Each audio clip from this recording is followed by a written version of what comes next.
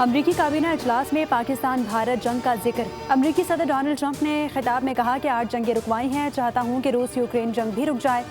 पाकिस्तान और भारत के दरमियान जंग रुकवाई। पाकिस्तान भारत जंग के दौरान तैयारा गिराया। मैंने दोनों का कहा कि जंग ना रोकी तो 200% टैक्स लगाऊंगा। टैरिफ लगाने की बात पर पाकिस्तान और भारत नाराज हुए। पाकिस्तान और भारत ने बाद में कहा कि जंग नहीं करेंगे। वज़ीर आज़म शहबाज शरीफ ने कहा कि मैंने जंग रुकवा कर 50 मिलियन जानें बचाई हैं।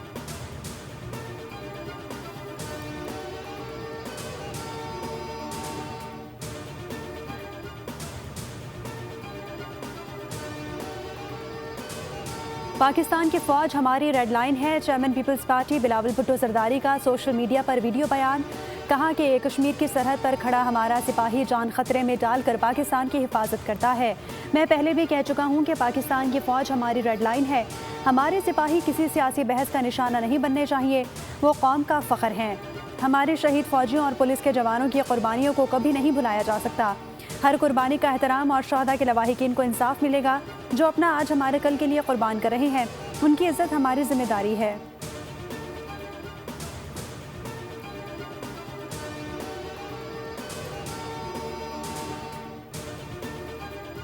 वज़ीर दाखिला मोहसिन नकवी का बयान उनकी ज़ाती राय है, ताहम गुड गवर्नेंस के बगैर आपके मसाइल हल नहीं हो सकते।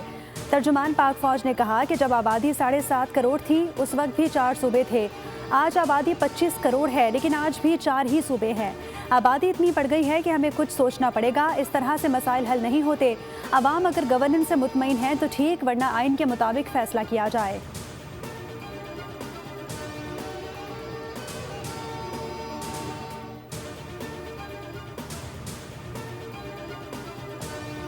नए सूबों से मुतालिक मोहसिन नकवी की तजवीज़ घिसी पिटी है। उन्होंने कई तजावीज़ दी हैं, ये भी उन्हीं में से एक तजवीज़ है। सिंध सूफियों की धरती है। सिंध के अवाम ऐसे तजावीज़ को कबूल नहीं करेंगे। वज़ीर आला सिंध की मीडिया से गुफ्तगू। कहा कि सिंध के अवाम अपने सूबे के मफादात पर मुत्तहिद हैं। नौजवान इस मुल्क का मुस्तकबिल और कीमती सरमाया है। नौजवानों के बारे में कॉकरोच का लफ्ज़ इस्तेमाल करना मुनासिब नहीं। नौजवान पाकिस्तान के रोशन मुस्तकबिल की ज़मानत है। पाकिस्तान तहरीक इंसाफ को बॉयकॉट की सियासत छोड़नी चाहिए। चेयरमैन बिलावल भुट्टो जरदारी ने PTI को मेन स्ट्रीम सियासत में आने की दावत दी है। Taking around near to 194 intelligence-based operations per day. So every hour these IBOs are going on. अब इनकी कोई अपीजमेंट की गुंजाइश नहीं है। अब इनसे कोई बातचीत की गुंजाइश नहीं है। तो once they know that the state is telling them very clearly कि या आप रियासत की विल के आगे सबमिट करें आइन और कानून के मुताबिक, और otherwise we are here and we are standing and we are fighting. दहशतगर्द हथियार डालें या अंजाम के लिए तैयार रहें, इन्हें ख़त्म कर देंगे। बातचीत की कोई गुंजाइश नहीं है।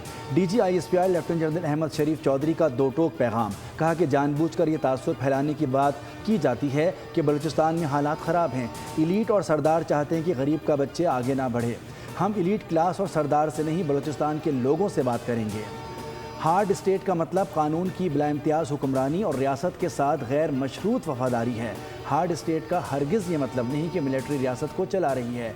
रियासत है तो सियासत है, रियासत तो सबकी जान है। पाकिस्तान ही हमारी पहली और आखिरी पहचान है।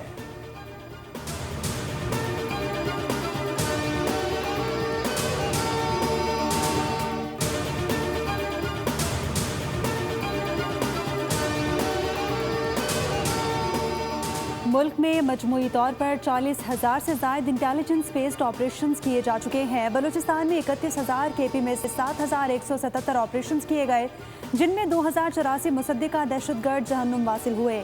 DG ISPR की इंसदादे दहशतगर्दी और सिक्योरिटी के मामलात में प्रेस ब्रीफिंग बताया कि इस साल अब तक 819 अफराद दहशतगर्दी की कार्रवाइयों में शहीद हो चुके। दहशतगर्दी के खिलाफ लड़ते हुए आर्मी के 303 जवान शहीद हुए। मजमूई तौर पर 28 खुदकुश हमलों के वाक़यात हुए। ज़्यादातर बम धमाकों में अफ़गान बाशिंदे मुलव्विस हैं। टांग कराची में वाक़यात में अफ़गानी मुलव्विस थे। हम इनको बाहर निकाल कर मार रहे हैं, हम इनका शिकार कर रहे हैं।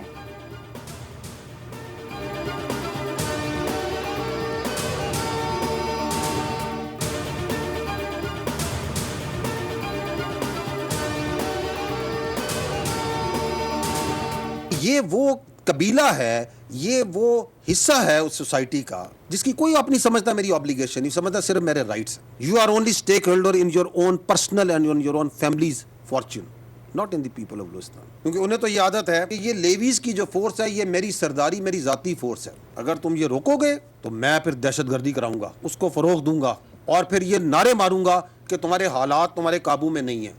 दे नो कि बलूचिस्तान की एक जोग्राफिकल लोकेशन है। They know that Bluchistan is blessed with not only a very vibrant, very progressive human resource, but also with natural resource. DG ISPR lieutenant general Ahmed Sharif Chaudhry ने कहा है कि लापता अफराद से मुताल्लिक भी गुमराहकुन प्रोपेगेंडा किया जाता है। लापता अफराद कमीशन में अब तक 10,901 दरखास्तें आईं, 9,372 केसेस ख़त्म हो चुके। 9,372 केसेस में से 4,896 अफराद घरों को जा चुके हैं। 1,000 से ज़ायद लोग जेलों में हैं, जबकि 308 अफराद वफ़ात पा चुके हैं।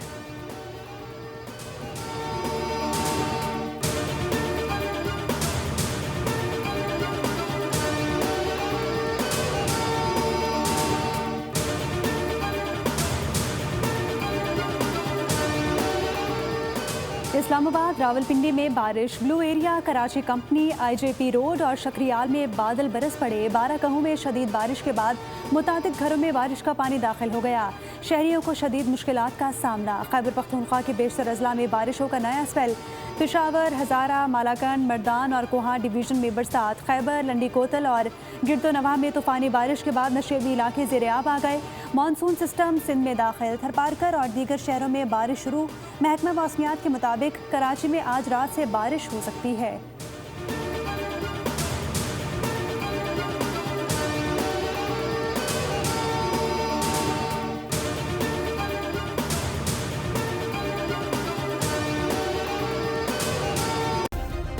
सब्सक्राइब करें और बेल दबाएं ताकि कोई खबर रह न जाए।